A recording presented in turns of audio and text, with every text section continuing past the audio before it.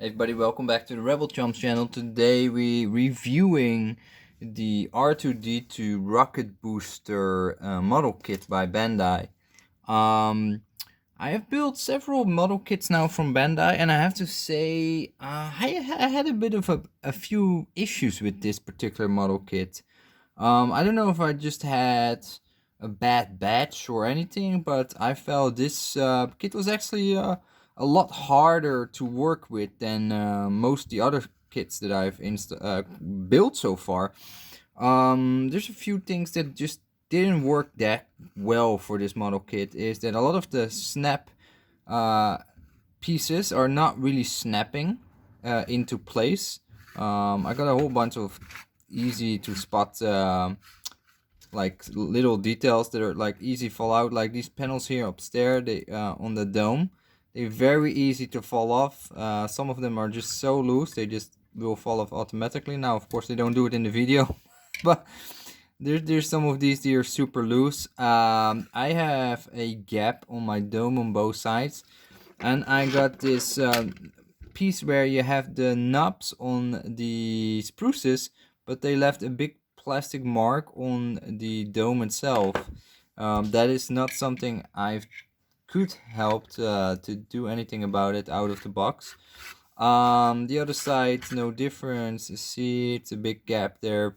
The silver color, it has like a weird swirl in it, like the paint has a weird swirly going on. Looks quite ugly in my opinion. So yeah, out of the box, I would say. I just missed a piece here. I just noticed. I'm not completely done. Um, but out of the box, I would say this is one of my least favorite so far of all the builds I have done. Most parts, they don't fit quite well because they have so many little details on this R2. Everything can be opened. All these parts are either fitted from press fitted from the inside or outside, and I felt it's a quite hard model kit. I would definitely say this is the R2 unit is more difficult than the R5 J2 or J4 model that I've recently built. I have to say this is much more difficult. Not because the parts are difficult to follow, as in the instructions. It's just a lot of these little pieces and bits won't really fit into the holes they're supposed to go in automatically. So you have to do a lot of filing and cleaning up before they actually parts fitting together. And I still have a lot of gaps on a lot of parts, so I definitely have to revision this build over time and fix up all the little issues. I also noticed one big drawback is that the legs are bent, crooked, probably due heat or transportation, but hard to see maybe. But yeah, these legs are not straight. This whole part is bent here, this thing. And that's super annoying actually. This is also the very first time I have a Bandai model kit that is just, I don't know, I think it's a bit of a lemon, this whole kit I have. It's just, you can see the legs, it just looks ugly. The legs are both bent inwards, and it bothers me. Um, the booster kit stuff on the side is kind of cool.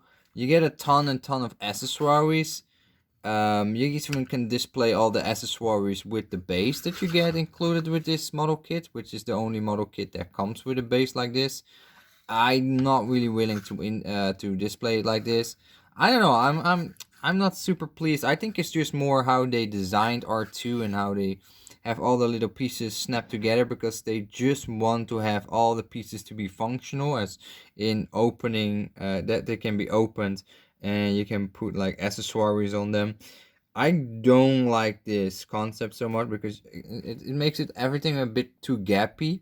It gives a lot of details, that's true, but I think maybe it's just this particular kit. But the yeah, with the R5, I didn't have any of those problems. I feel like I didn't feel like I struggled so much actually. I definitely feel this R2 is a more intermediate build than the R5 for sure. I think it also comes because this Rocket Buster version has some additional parts that requires yeah, not that actually more actually that these rocket rocket booster parts don't really actually require that much attention. It's just the R2 itself, the dome in particular, the lag sections, and some of the internal parts. The lower lag I had an issue with that on the lag itself, in the middle lag, it has like two silver cylinders. And when I put the lag all the way, or put the way, yeah, try to put the lag inside, those two cylinders will fit, press against a other piece of plastic in there, another part, and a lot of this weirdness is with this model kit particularly is a lot of the pieces just don't fit well together.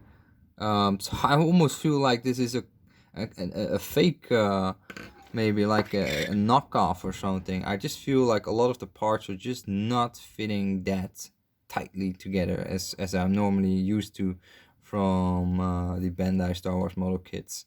It might be just a faulty production model that is just they had a batch of these kits that were just not great.